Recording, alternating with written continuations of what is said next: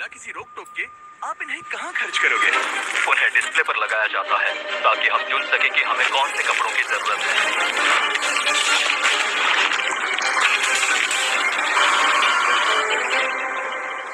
Uganda के rural इलाकों के लाखों लोगों के लिए ये पैसे अलग तरह से इस्तेमाल किए जा सकते हैं। इनमें से ज्यादातर लोग एक दिन का गुजारा सिर्फ $1 या $2 में करते हैं, जिसका मतलब है एजुकेशन लेना, एक बिजनेस शुरू करना, खुद का इलाज करवाना और इलेक्ट्रिसिटी मिलना तो यहाँ नामुमकिन सी बात है। तो मुझे लगता है सोल्यूशन आसान है, राइट? हम ये पैसे उन्हें क्यों नहीं देते? लेकिन फिर मुझे लगा इतने सारे पैसे जिन्होंने पहले कभी नहीं देखे, ऐसे लोगों को हजारों डॉलर्स देना बहुत ही गैर जिम्मेदारी होगी। इसलिए जब एक ऑर्गेनाइजेशन इस काम में मदद करने के लिए हमारे पास आई, तब एहसास हुआ कि और पता करने के लिए वहाँ जाना ही होगा। युगांडा एक खूबसूरत देश है और ये कुछ कमाल के लोगों से भरा हुआ है। पर जब भी पहली बार गिव डायरेक्टली इस प्रोग्राम के बारे में मेरे पास आए, तब मेरी शुरुआती रिएक्शन ये थी कि ये एक बहुत बुरा आइडिया है। मुझे लगा कि पूरे 1 साल की तनख्वाह जितनी रकम ऐसे लोगों को देना जो भयंकर गरीबी में जी रहे हैं, इसका अंजाम आखिर में बहुत भयानक हो सकता है। गिव डायरेक्टली एक स्ट्रिक्ट सिलेक्शन प्रोसेस के जरिए सबसे ज्यादा जरूरतमंद गांव की पहचान करते हैं और हर एक परिवार को साइन अप करवाते हैं। उसके बाद वो रेसिपिएंट को एक मोबाइल फोन देते हैं और एक यूनिक पिन नंबर तैयार करते हैं। फिर पैसे उनके सिम कार्ड पर भेजे जाते हैं ताकि वो सीधे ट्रांजैक्शन कर सके या फिर करीबी आउटलेट पर जाकर एक मोबाइल मनी एजेंट से पिन का इस्तेमाल करके पैसे निकाल सके। कम्युनिटी में नौकरी के मौके सीमित होने की वजह से गाँव वालों के लिए अपने परिवार को संभालना भयानक रूप से मुश्किल हो गया है। इन्हीं लोगों में से एक है पॉल। मेरी एक बीवी है, 2 बच्चे हैं, इसीलिए मैं रुका हुआ हूँ। मेरा परिवार दिन में सिर्फ एक बार खाना खाता है। हम बस एक बार खाते हैं, रात के समय। हमारे सामने ये चुनौतियां हैं।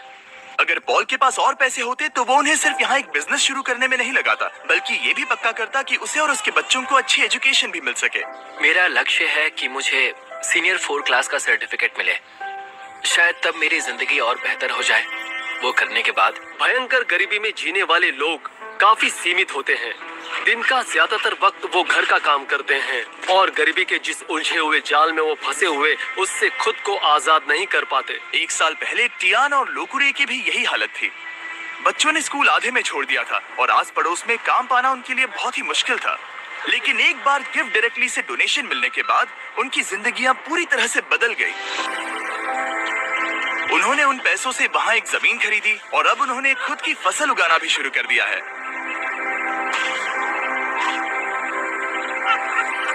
उन्होंने एक आटा चक्की भी खरीदी है जिसमें वो पूरे कम्युनिटी के लिए धान पीसते हैं और थोड़ा मुनाफा कमाते हैं।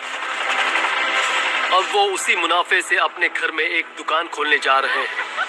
और उसके साथ ही अब लोकुरे ने गांव में एक फ्यूलिंग स्टेशन भी शुरू कर दिया है। ये प्रोग्राम उस बात की जिंदा मिसाल है, क्योंकि ये एक ऐसी इकोनॉमी को बढ़ावा देता है जो बिजनेसेस बनाने में मदद करती है। पर अभी सीधे पैसे देने के आइडिया के बारे में मुझे थोड़ा डर लग रहा है। इसीलिए हम ये समझने की कोशिश कर रहे हैं कि क्या हमें किसी और तरह से मदद करने से फायदा होगा। इसलिए हम मिले सिल्वेस्टो से, जो है एक local give directly field officer. मैं इसी समुदाय से हूँ, कारामोजा में काम करता हूँ। मैं यहीं पैदा हुआ और पला बड़ा हूँ। तो अब मेरी कहानी बताता हूँ। जब मैं बड़ा हो रहा था तब मैं स्कूल में था। ये तब हुआ जब मैं सेकेंडरी स्कूल में था। आगे की पढ़ाई के लिए मेरे माता पिता पैसे नहीं जुटा पा रहे थे, तो मेरी पढ़ाई के लिए उन्हें हमारा घर बेचना पड़ा। और वो मेरे लिए मेरे सपने को बेचने जैसा था। ये मेरी यादों को बेचने जैसा था। गरीबी की बात करें तो सबसे मुश्किल गरीबी सपनों की गरीबी होती है। गिव डायरेक्टली के साथ जुड़ने के बाद एहसास हुआ कि ये उन चैरिटीज से काफी अलग है जिनके साथ मैंने पहले काम किया था। गिव डायरेक्टली हमें पैसे देते हैं और जब किसी समुदाय में पैसे जाते हैं तब उनके बिजनेस को बढ़ावा मिलता है। इन पैसों से वो अपनी जरूरतें पूरी करने में सक्षम हो जाते हैं। लोग यहाँ गरीबी की चपेट में हैं, इसलिए नहीं कि वो कोशिश नहीं करते या फिर वो काबिल नहीं है। वो इसलिए गरीबी में फंसे हुए हैं क्योंकि यहाँ मौके कम हैं। इन्हीं लोगों में से एक हैं जोसेफ, इस गांव के मुखिया। कुछ लोगों की जमीन है पर वो बहुत दूर है, इसीलिए हमें कुछ पैसों का इंतजाम करके कहीं और जाकर जमीन खरीदने की जरूरत है। हम घास से घरों को बनाते हैं जिसे दीमक बहुत तेजी से खा भी सकते हैं और वो घर ज्यादा दिन टिक नहीं पाते। और अगले साल फिर से वही चीज, घरों को तोड़ो, फिर से बनाओ या फिर उन्हें ठीक करते जाओ। पर घर उन कई समस्याओं में से एक है जिसका ये गांव सामना करते हैं। भूखमरी, गरीबी और एजुकेशन की कमी गंभीर रूप से इस पूरे कम्युनिटी को पीछे ढकेल रही है। गांव को संभालने के अलावा भी जोसेफ पर एक और बोझ है। है। जोसेफ को कुछ सीरियस हेल्थ कॉम्प्लिकेशंस भी हैं। कुछ साल पहले इन्हें एक स्ट्रोक आया था जिससे ये कमजोर पड़ गए हैं और पैसे ना होने के कारण हेल्दी रहने के लिए इन्हें जिन दवाइयों की जरूरत है उन्हें खरीद नहीं पा रहे। यहाँ पर जीना बहुत मुश्किल है। पता नहीं मैं बच पाऊंगा या फिर नहीं। मैं सच में नहीं जानता क्यों स्ट्रोक एक बहुत ही गंभीर बीमारी है। क्या पता, मैं नहीं जानता। यहाँ पर सबकी अपनी अपनी अलग जरूरतें हैं और हम ये समझ गए हैं कि एक बेहतर भविष्य की ओर जाने के लिए इन लोगों की मदद करने का एक ही रास्ता है और वो है अपने परिवार के लिए सही फैसला लेने के लिए काबिल बनाना। इसीलिए हमने गिव डायरेक्टली की मदद करके इस गांव के 300 परिवारों को पैसे डोनेट करने का फैसला किया और आसपास के इलाकों को भी जो इन्हें भविष्य बनाने में मदद करेंगे। और क्योंकि गिव डायरेक्टली की टीम रेसिपिएंट डिस्ट्रीब्यूशन प्रोसेस को पूरा कर रही है जिसमें पूरा दिन लग सकता है, इसलिए डैन और डैरेन गाँव एक्सप्लोर करने निकल पड़े जहाँ वो 2 छुरी तेज करने वालों से मिले। क्या लगता है उनसे अच्छा कर पाएंगे? मैं जानता हूँ मैं कर सकता हूँ।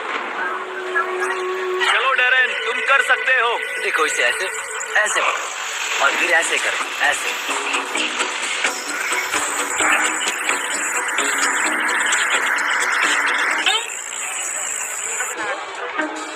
और अब होगा एक फाइनल टेस्ट। क्या वो मुर्गी लाने वाले हैं? नहीं, वो मुर्गियों को बिल्कुल नहीं लाने वाले। यहाँ पर भीड़ इकट्ठा हो गई है। हम देखने वाले हैं कि किसने सबसे अच्छी धार लगाई है। अगर वीडियो को पीछे करोगे तो देख पाओगे कि चाकू को धार लगाते वक्त कोई तो डैरेन की मदद कर रहा था और मैंने अकेले ही पूरी मेहनत की है। पहले एक प्रोफेशनल करके दिखाएंगे। हाँ ठीक है। और अब डैन और डैरेन की बारी थी। मैं हूँ चैंपियन। हाँ तुम ही चैंपियन हो। हार माननी नहीं थी, इसीलिए डैरेन ने बदला लेने की कोशिश की। अफ्रीका में चारों ओर अपने सर पर सामान रख कर ले जाना एक आम सी बात है। डैन और मैं वो करने की कोशिश करेंगे। बाप रे। तैयार? नहीं, रुको। तुम ठीक हो? क्या तुमने हाथ हटा दिए? हाँ।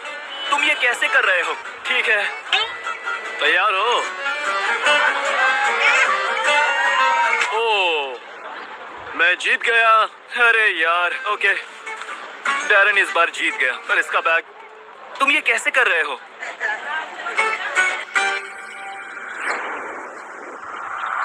और अगले ही दिन वक्त था डिस्ट्रीब्यूशन का। आखिरकार वो पल आ ही गया। सारे पैसे करीब 10 मिनट्स में ट्रांसफर होने वाले हैं और आखिरकार इन सभी लोगों को वो मौका दिया जा रहा है ताकि वो गरीबी से बाहर आ जाए जिससे ये पूरी जिंदगी लड़ते आ रहे हैं। पर गांव में सभी लोगों में से जोसेफ सबसे ज्यादा फिक्र में थे। उन्हें पता था कि इन पैसों से उनकी और उनके परिवार की जिंदगी बदल सकती है। यही वो पल था जिसका इन्हें इंतजार था। पूरी कम्युनिटी घबराई हुई थी और साथ ही एक्साइटेड भी।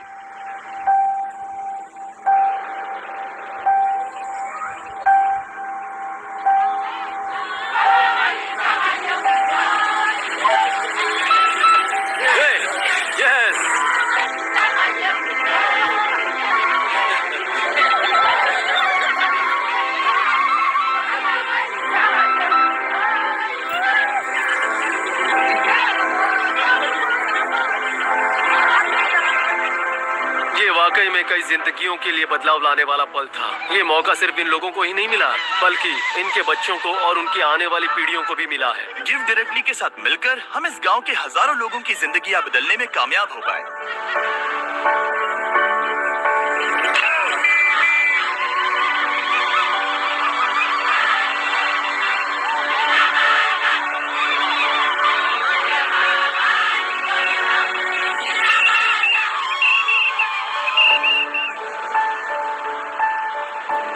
टेक्स्ट मैसेज मिलने के बाद अब वक्त था इन रेसिपिएंट्स के पैसे निकालने का।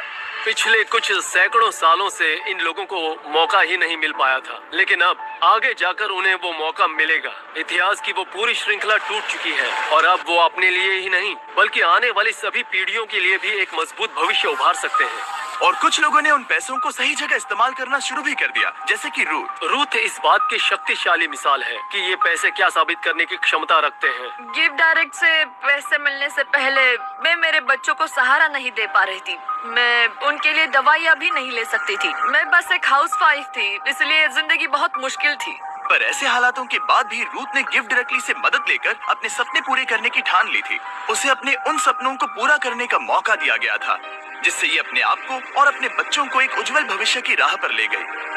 अब वो अपने अंदर के बिजनेस की स्किल्स के जरिए खुद में सुधार लाने के काबिल बन चुकी है, जिससे बाद में उसके समुदाय में भी सुधार आएगा। अब मैं मेरे परिवार की जरूरतें पूरी कर सकती हूँ और फिलहाल जिंदगी बहुत आसान है। अब ये पहले जैसे बिल्कुल भी नहीं है। पर रूथ ऐसी अकेली नहीं है जिसने अपने पैसों से कुछ कमाल का शुरू किया है। मिलिए आयु माँ से। इन्होंने अपनी पूरी जिंदगी एजुकेशन में लगा दी है। सालों कड़ी मेहनत करके एक एक पैसा जोड़ने के बाद इन्होंने जमीन खरीदने के लिए पैसे इकट्ठा कर लिए और गिफ्ट डायरेक्टली से मिले पेमेंट की मदद से ये यहाँ बना पाई कुछ क्लासरूम्स, टॉयलेट्स और यहाँ तक कि इन्होंने 7 टीचर्स भी रख लिए और आज इस स्कूल में 200 से भी ज्यादा बच्चे पढ़ रहे हैं। उन पैसों से इस कम्युनिटी में एक बहुत जरूरी फार्मेसी भी बनाई गई, हजारों स्टूडेंट्स की स्कूल फीस और यूनिफॉर्म्स के लिए मदद भी की गई, यहाँ तक कि सैकड़ों परिवारों के लिए घर भी बनाए गए। और ये पैसे कैसे खर्च किए गए उसके बस ये कुछ ही एग्जाम्पल्स हैं। जब भी इन लोगों को छोटे से छोटा मौका दिया गया, इन्होंने उसे ले लिया और वो तुरंत ही काम पर लग गए, ये जानकर कि अभी उनके पास एक ऐसा मौका है जो उन्हें पहले कभी नहीं मिला था। और ये मेरी पूरी जिंदगी के सबसे इंस्पायरिंग और मोटिवेटिंग बातों में से एक भी हो सकता है। ट्रिप को पूरा करने के लिए डैरिन और स्कूल देखने चला गया, जो कि गिफ्ट डायरेक्टली की मदद से अपने स्टूडेंट्स की संख्या को 650 से लेकर पूरे 980 तक ला पाया, वो भी एक हफ्ते में, क्योंकि अब उनके पेरेंट्स फीस भी दे सकते हैं और यूनिफॉर्म्स भी खरीद सकते हैं।